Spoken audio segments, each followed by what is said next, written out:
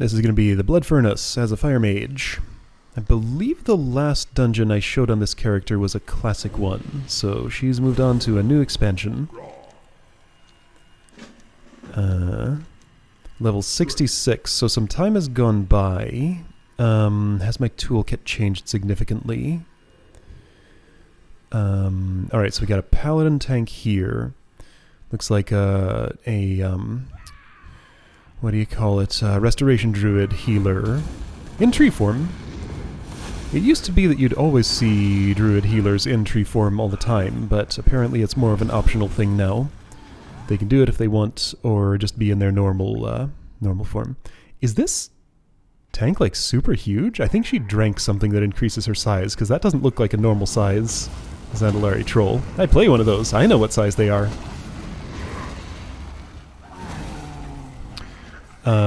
Right, and I see another shaman. Looks like elemental. Yep. And okay, is that a monk or a rogue? Yellow resource bar. I see stealth. That's a rogue. Okay. So that's what's going on here. My notes say this tank was exceptionally good, and she was sort of the type of paladin I aspire to be with my paladin. So let's watch what she does, and see if I still have the same opinion after I've played my paladin for a while and gotten comfortable with her. Looking good so far.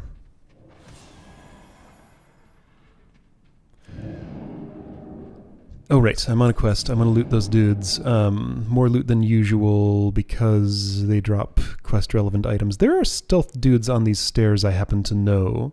You can run into, yeah, somebody stepped on a mine. Laughing Skull Rogue. The expert paladin, of course, noticed and picked it up right away.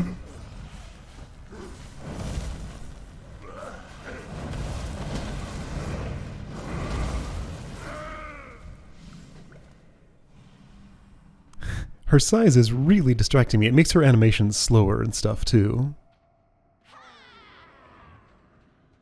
Okay, so using Hand of Reckoning to taunt around the corner. So you just get a controlled amount of those.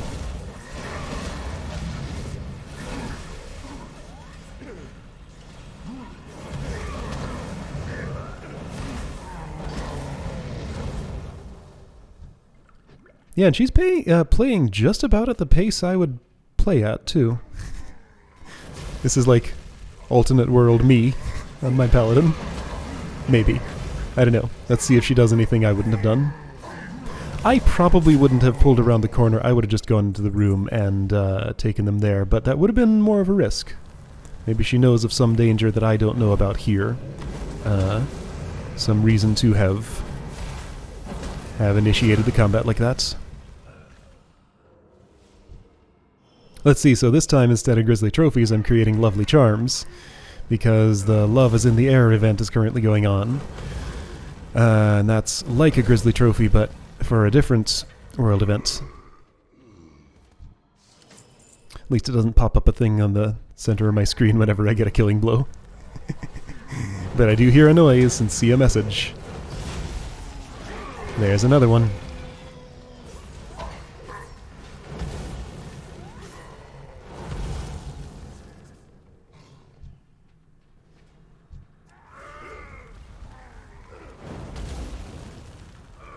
Huh, I'm surprised that group's attention was gotten by... Yeah, they were pretty close. That makes sense, actually.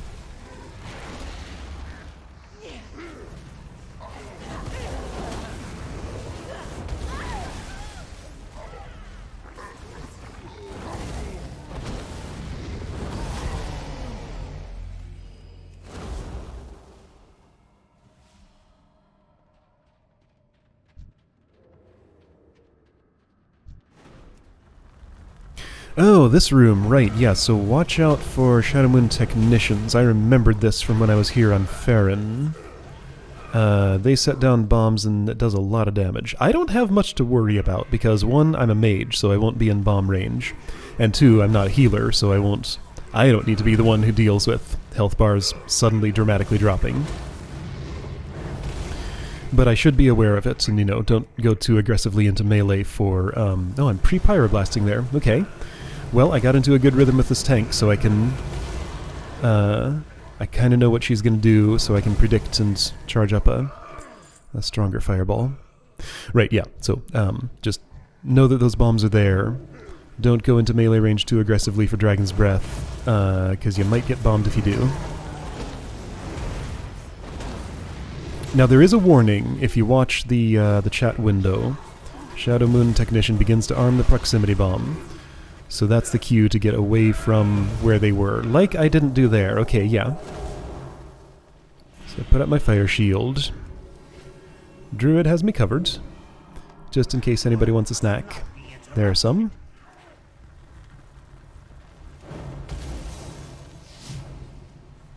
Okay, right, so using my rune here, using my combustion. Oh yeah, I got this all planned out. My Fire Blast has 3 charges now, by the way. I believe that would have changed at level 60 for me. I got a talent that gave it an additional charge. So with 3 charges on Fire Blast, it is real nice. Under most circumstances, I can just have a Pyroblast for free whenever I happen to land 1 critical and get heating up. So yeah, looking at what I have here, this is basically my full toolkit. Except for Mastery, but Mastery for Fire Mage is passive. Well, I haven't... none of the footage I've shown has included anybody above level 78, so I guess if you only know this game from this video series, you won't know really what Mastery is yet. But I guess for a lot of the things I'm saying here, I'm assuming some knowledge of the game. Anyway, yeah, so, as far as I can tell, I have basically all the buttons I'll be regularly pressing in combat at this point. So overall playstyle for Fire Mage doesn't seem like it changes much beyond this point.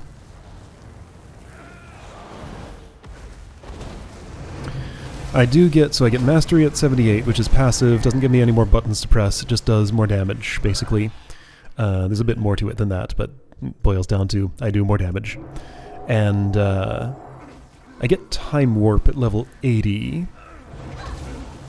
which I'd only be able to use like once or twice in a dungeon, and it overlaps with other, hunters or shaman who bring their own bloodlust or whatever the hunter's equivalent is called.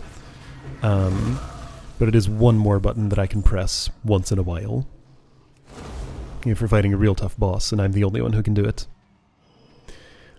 Ooh, I heard that noise. She did too! She was on the ball and noticed there was a Laughing Skull Rogue right there. Picked it up before it could cause any trouble. This is an expert. She is giving this her full attention. Knows exactly how to handle every situation. No consecration here, though. That surprises me. I wonder why not. Huh. Okay, so I'm a lot more aggressive with dropping... There it is. Dropping the consecration on the ground when I'm being a paladin. Possibly unnecessarily sometimes, I don't know. Are there situations where you don't want it up? Maybe there are that I don't know about yet. Or maybe she just forgot or didn't bother for that one. Hard to know.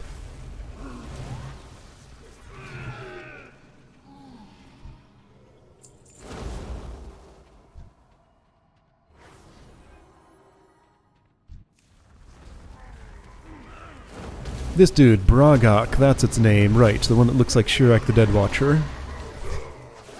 So now I remember Auchenai Crypt, now that I've played through it and seen how serious that particular dude is. I remember it specifically for Shirak the Dead Watcher.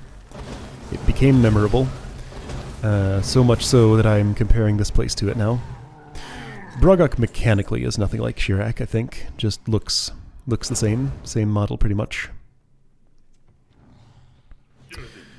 So right, pull that lever and these dudes come out and then eventually you get Bragok. This always seemed so unnecessary here. Like, these dudes barely do anything, but you have to fight a bunch of waves of them for some reason before the boss will engage. I feel like this part of the dungeon could have been cut without really losing anything at all, but this is how it is. Maybe there's a lore reason for this. Oh, yeah, I think there is, and I think I vaguely get it. Let's see, so Fel Orc Blood Vial. These are like newly infused Fel Orcs with the Fel Blood Vial, something something. I only barely know what any of those things are. But yeah, Fel Orc Neophyte. In the Blood Furnace. So this is where orcs become Fel Orcs? The weird red ones we've been fighting this whole time? Maybe.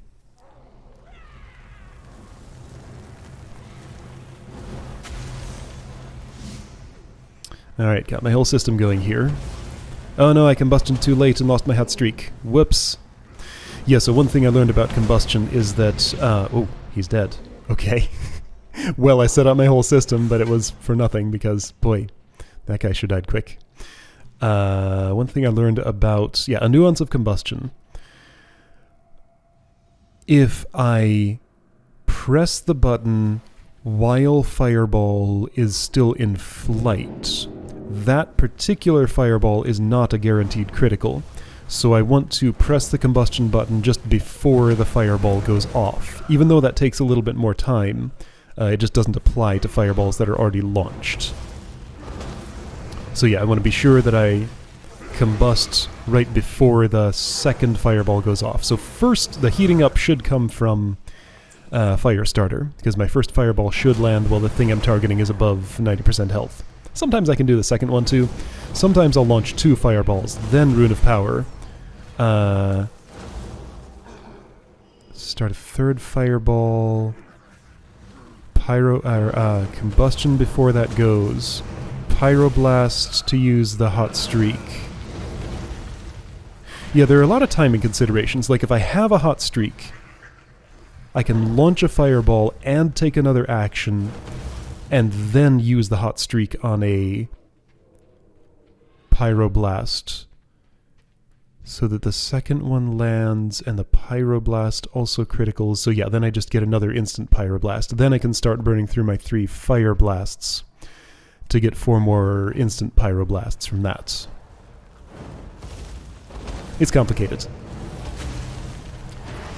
Fire Mage gives me a lot of ways to micro-optimize, and I say micro-optimize, but like little optimizations with a Fire Mage can add up to a huge amount of extra damage. Like if I really am on my game and press all my buttons exactly at the right time and in the right order, I can do like a ridiculous amount more damage than if I mess something up. It is a spec that takes some skill to play and is extremely satisfying when pulled off properly.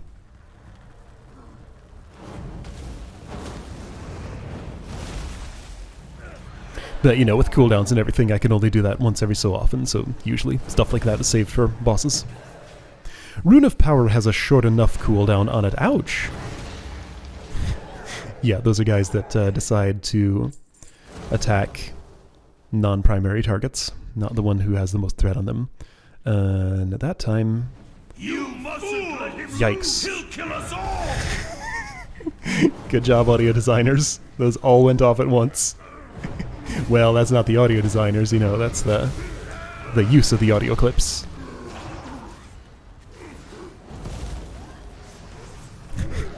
That's always how that is. All those voice clips play at once. They talk in unison, all with the same voice, all 6 of them, or 5, or however many there are. Anyway, yeah, so Rune of Power... Ah, there's Bloodlust. So I get some more haste. Everything goes faster, which is real nice. Oh, and he's dead. So it's not only the tank who's an expert here, but the damage dealers too are all doing their jobs super well. So everything died almost like unsatisfyingly quickly. You get some sort of run speed buff in here for some reason, I guess just to make it nicer because there's a really long run for no reason until you get to the quest giver here. Anyway, yeah, so great group, particularly exceptional tank. I liked what I saw with her, and yeah, good stuff.